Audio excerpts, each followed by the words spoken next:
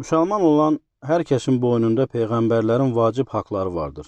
Bu ona görədir ki, Allah peyğəmbərləri dində yüksək məqamlara çatdırmış və öz yanında onların hörmətini uca tutmuşdur.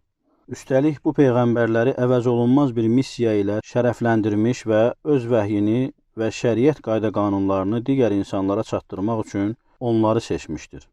Həmin haqlardan bəziləri aşağıdakılardır.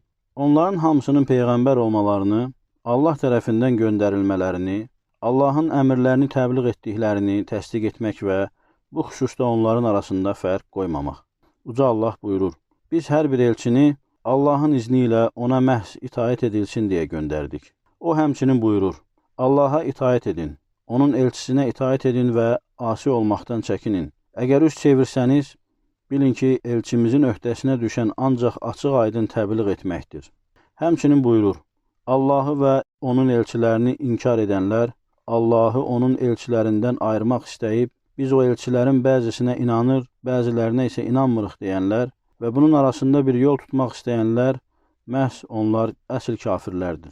Biz kafirlər üçün alçaldıcı bir əzab hazırlamışıq. Beləliklə, peyğəmbərlərin gətirdikləri risalələrə iman gətirmək onlara olan imanın bir hissəsi sayılır.